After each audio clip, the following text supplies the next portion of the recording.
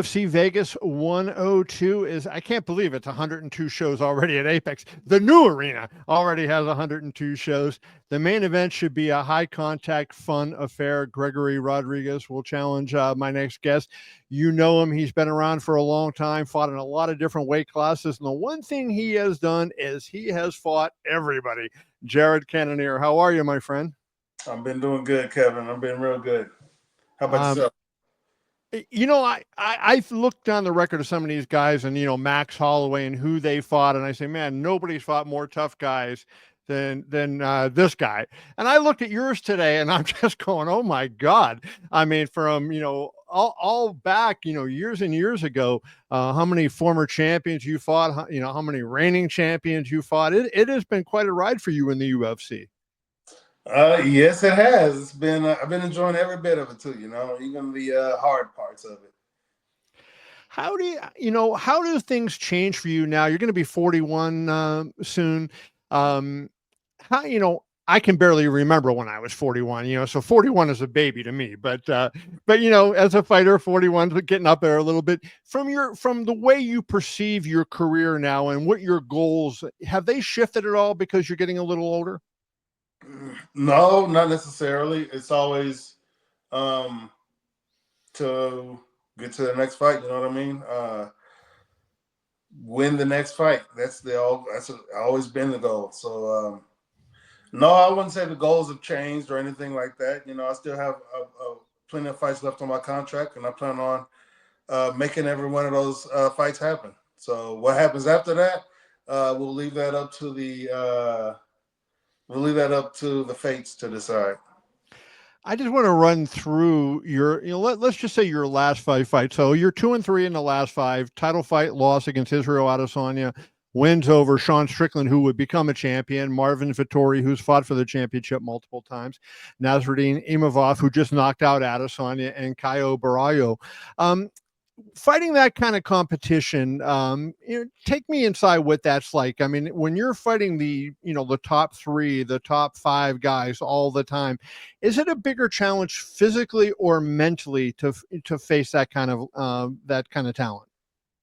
I think for me, I don't take it to it mentally as much. The only mental challenges I have are the ones when I'm trying to improve myself. Which is all the time. Yeah. So just that. But the sport is inherently hard. It's hard on the body, and physically, it's inherently physically hard. So that be more of the take I would lean towards, that it's more physical than mental, especially like you said, when preparing for the best in the world. Yeah. You have wins over Anderson Silva, Kelvin Gastelum. I mentioned Strickland and Vettori. I mean, so you've beaten a lot of good guys. I wonder, when you look back on your title fight against Adesanya, do you have any regrets about that? Like, I think the one criticism that day was you didn't let your hands go enough, right? Mm-hmm. Do you look at that and say, especially seeing what's happened subsequently, hey, this is a fight that I could have won if I had maybe approached it a little differently? Yeah, I wouldn't say I look back with regret. I would say that it's just been a part of my journey, part of my growth. It's something that it still affects the way I look at how I'm approaching my training today. So it's unfortunate that I lost. I would have loved to have won that shiny new belt that day. But it's not the end of the world. It's not the end of time. I'm still here fighting. Even though I'm not on the winning, I haven't been on the winning side of these fights in my last 2 fights. I'm still here fighting. I'm still capable of fighting. I know I'm capable of winning. I know I'm capable of winning a UFC title. I believe in myself, and I'm gonna keep going as long as I believe that that's true. The one thing, And I'm not Jared, I guess. delusional. I don't doubt you, because I've seen what you've done in the ring, right? And the fact that you beat former champions, you beat Strickland, who was a future champion, you beat Anderson Silva, a former champion. But here's what, the one thing I want to end on Adesanya part about, does it hurt more, or does the loss bother you more knowing that you were good enough to win the fight, right? Like if you get blown out by somebody, sometimes you fight a guy and okay, he's way better than me, I can't handle him. But when you lose a fight that you could have won, does that make it sting?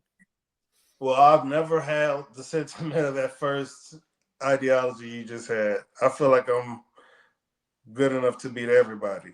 So and when I don't win, that's when that disappointment sets in, and it's not like a realization like I wasn't good enough. It's just it's the fight game. Anybody who Right. holds to that absolute that you're not good enough, um, as harsh as it sounds, you just end it all. You know what I mean? Because they haven't made it to the pinnacle of being a human. Then what's the point of them continuing? You know what I mean? Exactly. Yeah.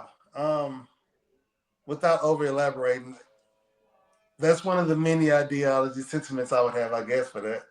Yeah. Now, Gregory Rodrigues has really been having some fun fights. An entertaining fighter. He's a minus 198 favorite. You're plus 164 at DraftKings Sportsbook.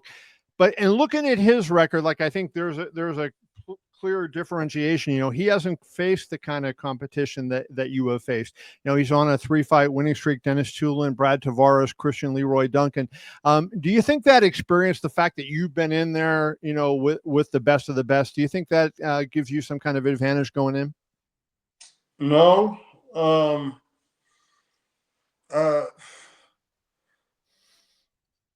if I had a big ego, it would.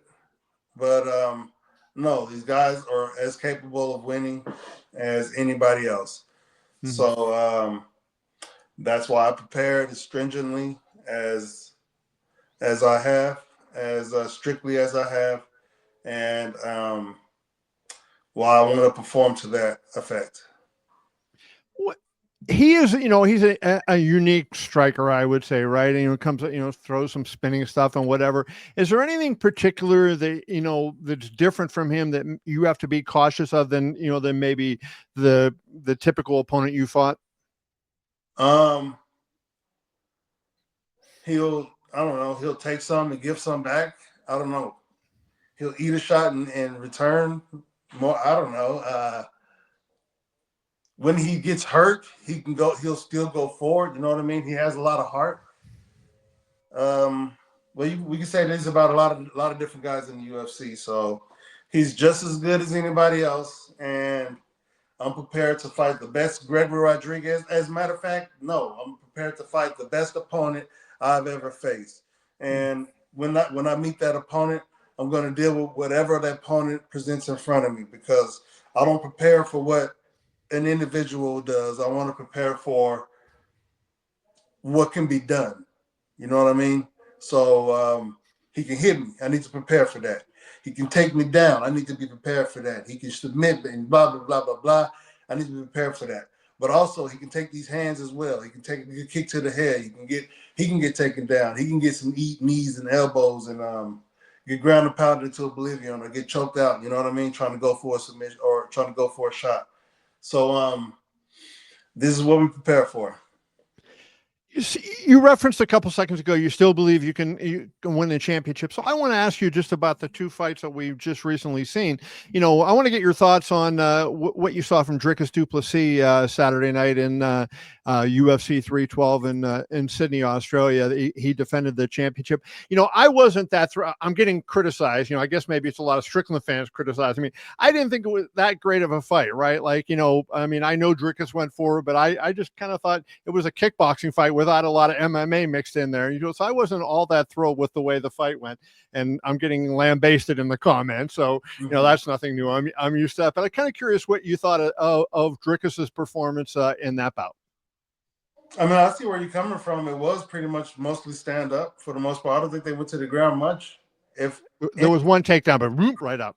Yeah. So yeah, I understand that, especially coming from you as a journalist who knows what he wants to see, or has his own idea of what he wants to see out of a mixed martial arts championship match. So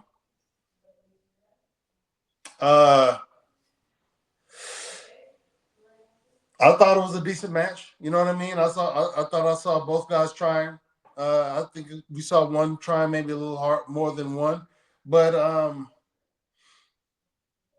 not to criticize either of them. I don't know. Maybe Were you impressed? Were you impressed by Dricus? Leave it at that.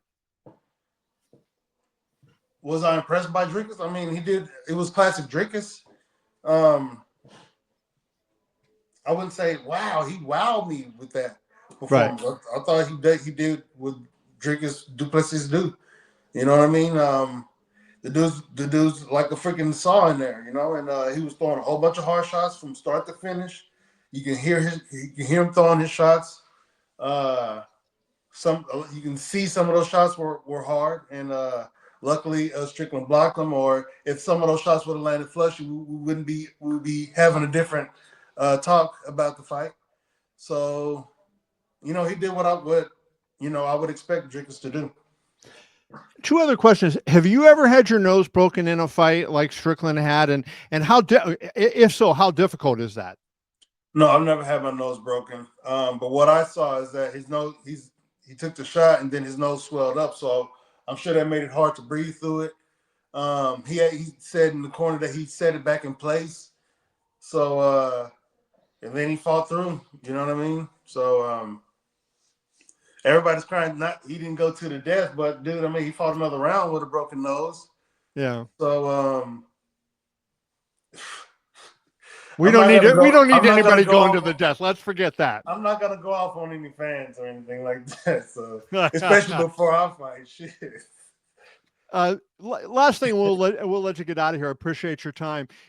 Getting back on the winning track, where do you think that leaves you in the division, and how long is the path for you to get to where ultimately you want to go, which I know is one more title shot before you're done?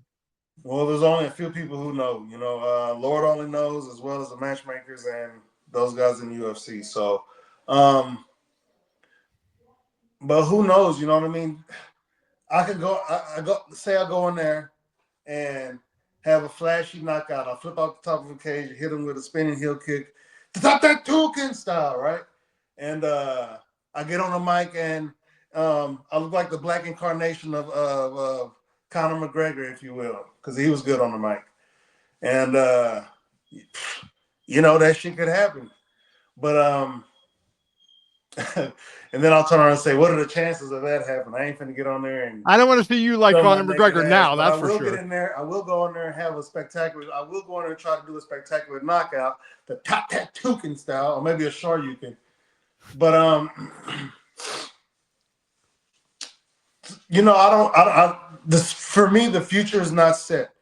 You know, and I'm trying my hardest to make it set in my favor. So I'm gonna go in there and fight hard, hit this man hard, and if he can, and hopefully he can withstand those shots. It looks good on me, and everybody's back on my my nutsack again. It's going to be a fun fight. I know that. These are two fun fighters to watch. UFC Vegas 102 on Saturday. Jared Cannonier against Gregory Rodrigues. Jared, wish you best of luck. I'll see you on Saturday, my friend. Awesome, man. Thank you, Kevin. Thank you.